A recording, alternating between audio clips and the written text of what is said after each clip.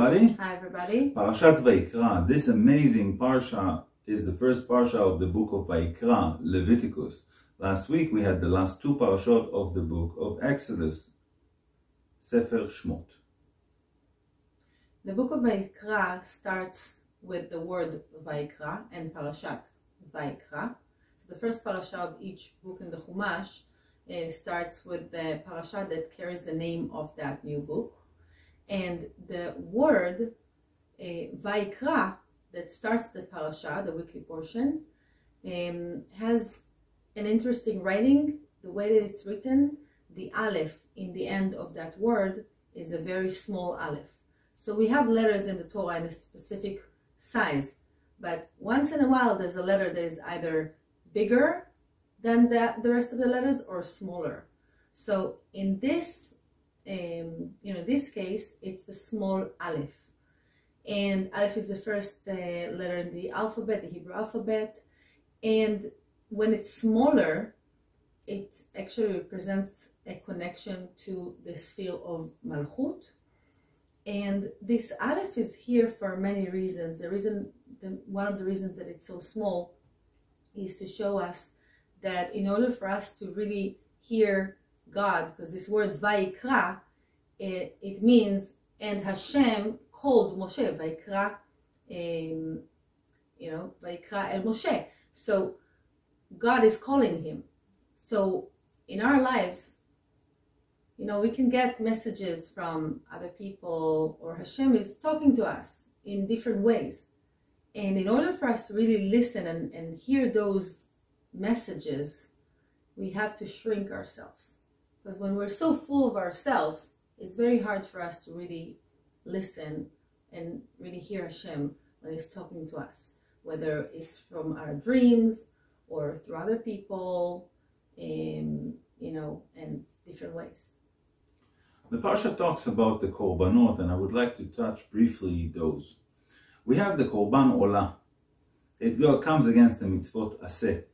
Now, this specific korban, sacrifice, a person that had made a sin would bring it to the Mishkan or to Bet HaMikdash, but the beauty of it is the type of walk of shame that this person had to go through.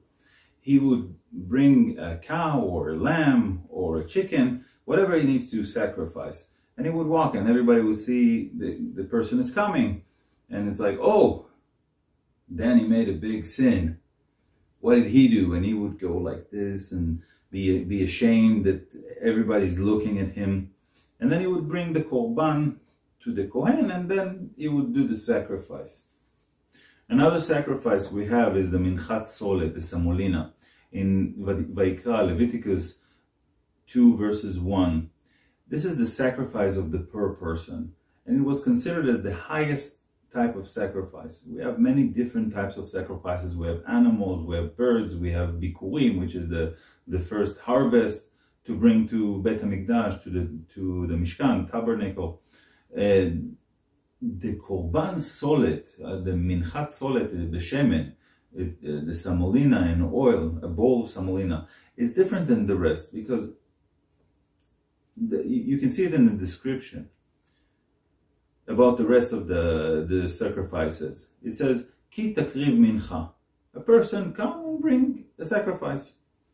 But about the semolina, it says, V'nefesh ki takriv. The soul will sacrifice.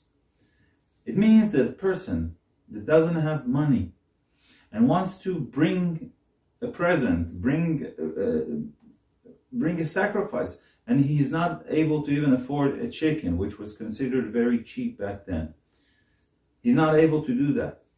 And he brings them in minchat solet, the samolina. And this is the sacrifice of the poor person that really puts himself, sacrifice himself just to bring a sacrifice to God. God loves the poor. God loves the oppressed. Because with all the hard times that he has a special channel to go to God. So does it mean that God wants us all to be poor? No. Does God want us to be unhappy? Definitely no. God is all about good. And sometimes we look at people, we see, oh, this person, oh, I'm able to give more than him. I can donate more than him. But you need to know, you need to be very careful with this person, with this poor person, because maybe this poor person have the channel to God, go all the way to him, something that even if you put down $1 million as a charity, this guy with one shout to God, he can get to him. Rabbi Nachman of Breslov is saying that the poor with the broken heart is torn inside, and out of his poorness, without any borders, he looks to God and say, God, please, Hashem. And this type of prayer is so important to God, and it goes all the way up faster and stronger than the rest of the prayers. So this is the Korban Solet, Minchat Solet, the Semolina. This was so special. The Zohar is saying that korbanot, sacrifices, come from the Hebrew root kuf resh bet, which is to get closer, and that the reason that they would sacrifice the sacrifices was to get us closer to Hashem. And actually, when they would elevate the sparks as they were doing the sacrifices, they would bring the spheres of the holy spheres of the tree of life closer to each other, and with that they would bring the power of mercy instead of the power of judgment into all the channels and all the worlds. Today, our sacrifices are more inner. We're not sacrificing, animals. We're not going to the tabernacle. We don't have it in the physical world right now. But the way that we do that is with our prayers and with the places in our lives that we sacrifice our own even will or lust or whatever it is inside it takes for the welfare of others. So whenever we have something, a challenge or difficulties in our own lives, that we stop and we really do what it needs to help someone else, even if it's very difficult for us, no matter what it is, that's our real sacrifice. Now this parasha has a special strength to give us the ability to really sacrifice right and to know what to sacrifice and how to do it right, and to have the ability to sacrifice in our everyday lives, the right sacrifices. And those sacrifices are the ones that help us to get closer to Hashem, to get closer to the Torah, to get closer to doing the right mitzvot. And there are parts in the morning shacharit, which is the morning prayers, that are called the korbanot. And I want to highlight one especially, which is Korban Tamid. You can find it in the Siddur, the book of prayers. And when we do it, especially in the morning prayers, we connect with our words.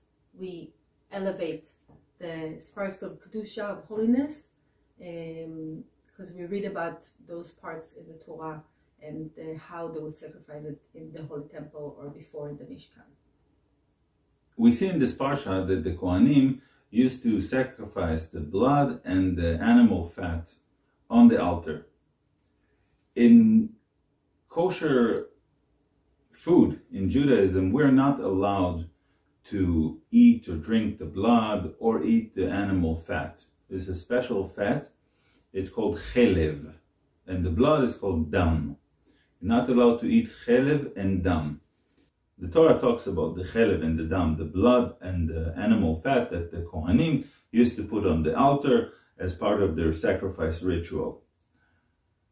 And I want to touch something about kosher meat. I'm not going to make a big lecture about kosher meat and how it's being done or how else to kosherize other things. We're going to do a video about that later on. Right now I want to touch bases. we're not allowed to eat the chelev and the dam, the blood and the animal fat. In order for meat to be kosher, first of all, the animal needs to be raised in a good way, without suffering. The people that are raising the animal should be treated with dignity.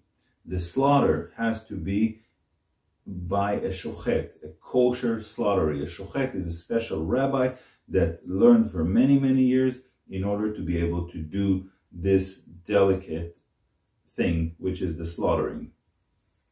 After that, we need to take out the blood. We also take out the sciatic nerve, and we take out the animal fat. This is the basic things of what you need in order for meat to be kosher. And you need a special blessing in order to take the soul out and elevate it.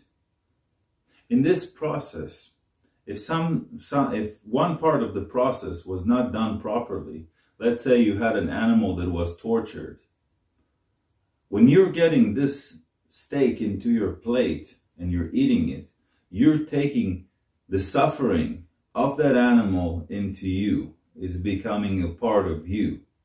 And the food changes the person. You become what you eat in that matter. So you need to be very careful with that. In today's mass production industry, it's very hard to follow those processes and check that everything is being done properly. There's a big movement in the world that decided to become vegetarians because of that. And we are part of it. All the best. All the best.